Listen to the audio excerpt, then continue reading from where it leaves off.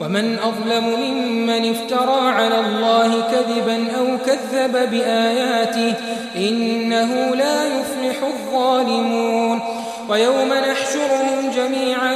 ثم نقول للذين أشركوا أين شركاؤكم الذين كنتم تزعمون ثم لم تكن فتنتهم إلا أن قالوا والله ربنا ما كنا مشركين انظر كيف كذبوا على أنفسهم وضل عنهم ما كانوا يفترون ومنهم من يستمع إليك وجعلنا على قلوبهم أكنة أن يفقهوه وفي آذانهم وقرا وإن يروا كل آية لا يؤمنوا بها حتى إذا جاءوك يجادلونك يقول الذين كفروا إن هذا إلا أساطير الأولين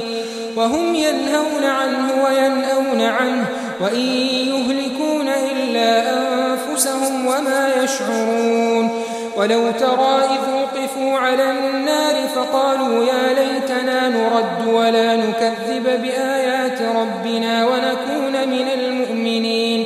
بل بدا لهم ما كانوا يخفون من قبل ولو ردوا لعادوا لما نهوا عنه وإنهم لكاذبون وقالوا إن هي إلا حياتنا الدنيا وما نحن بمبعوثين ولو ترى إذ وقفوا على ربهم قال أليس هذا بالحق قالوا بلى وربنا قال فذوقوا العذاب بما